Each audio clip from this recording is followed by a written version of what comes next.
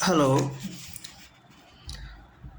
આજે આપણે ભારત સરકારની એવી બે વીમા યોજનાઓ વિશે વાત કરીએ કે જે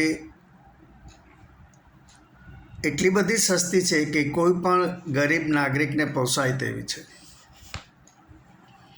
આ યોજનાઓ આમ તો 10 વર્ષથી ચાલે છે, છતાં શક્ય છે કે ઘણા લોકોને આનું ખ્યાલ નહીં હોય.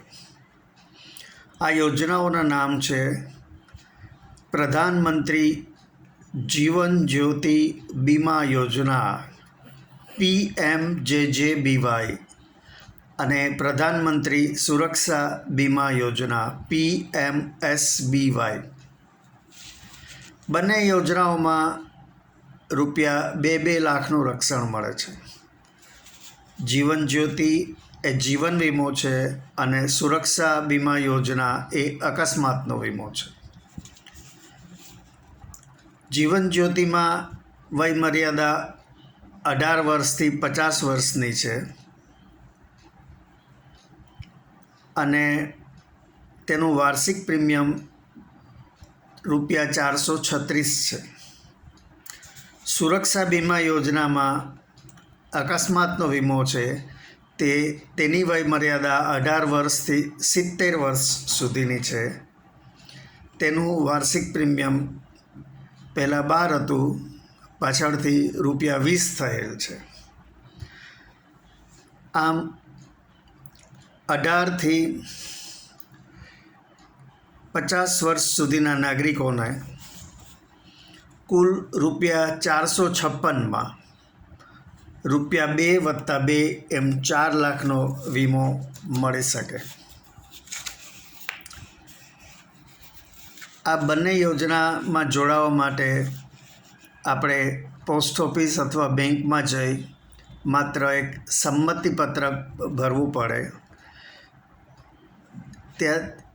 તેના બેઝ ઉપર વીમાની રકમ આપણા ખાતામાંથી બાદ થઈ જાય છે અને વીમો ચાલુ થશે. ત્યારબાદ દર વર્ષે ઓટો ડેબિટ ફેસિલિટી છે, એટલે વીમાની રકમ દર વર્ષે આપણા ખાતામાંથી બાદ થતાં વીમો ચાલુ રહે છે. આ વીમાનું પ્રૂફ શું? માત્ર પાસબુકમાં કરાવેલી એન્ટ્રી. એ સલાહભર્યું છે કે આપણે સંમતિપત્રકની ઝેરોક્ષ આપણા રેકોર્ડમાં રાખવી.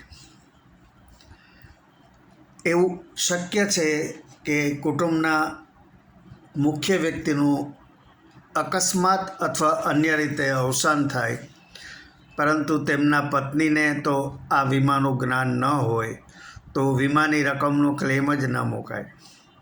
માટે કુટુંબના દરેક સભ્યોને આ વીમાની જાણકારી આપો અને એક લેખિત નોંધ પણ રાખો. એક દિવસ અમારે ત્યાં કામ કરતા બેને કહ્યું કે તેના ભાઈનો પુત્ર બાઇક ચલાવતો હતો, ત્યારે જ તેના માથા પર ઝાડ પડ્યું અને મૃત્યુ પામ્યો. મેં કહ્યું કે તેનું કોઈ બેંકમાં ખાતું હોય તો પાસબુકમાં એન્ટ્રી કરાવી જોઈ લેજો કે પ્રધાનમંત્રી સુરક્ષા યોજનામાં ₹12 ડેબિટ થયા છે કે નહીં. જો ડેબિટ થયા હોય તો ₹2 લાખનો ક્લેમ મૂકી શકાય. આમ આ બંને યોજનાઓ ખૂબ જ સસ્તી છે. આમાં વયમર્યાદા જરૂર છે, પણ આવક મર્યાદા કોઈ નથી. માટે દરેક એલિજિબલ નાગરિકે, માનો કે કુટુંબના મુખ્ય વ્યક્તિએ પોતાનો અને પત્નીનો લીધો છે, પણ 18 વર્ષ થઈ ગયેલા સંતાનોનો વીમા નથી લીધા, તો એમનું બેંક ખાતું ખોલાવીને એમના વીમા લેવા પણ જરૂરી છે. અને આ બધાની એક લેખિત નોંધ ઘરની અંદર રાખવાની અને પાસબુકમાં એન્ટ્રી કરાવતા રહેવાનું દર વર્ષે. આશા રાખું છું કે આપને મારી આ માહિતી ઉપયોગી લાગી હશે. મારા વિડીયોને લાઈક કરી શેર કરજો, તો આ માહિતી વધારે લોકોમાં પ્રસરશે અને ઉપયોગી થશે. અને યોગ્ય લાગે તો મારી ચેનલને સબસ્ક્રાઈબ કરજો. આભાર. આવજો.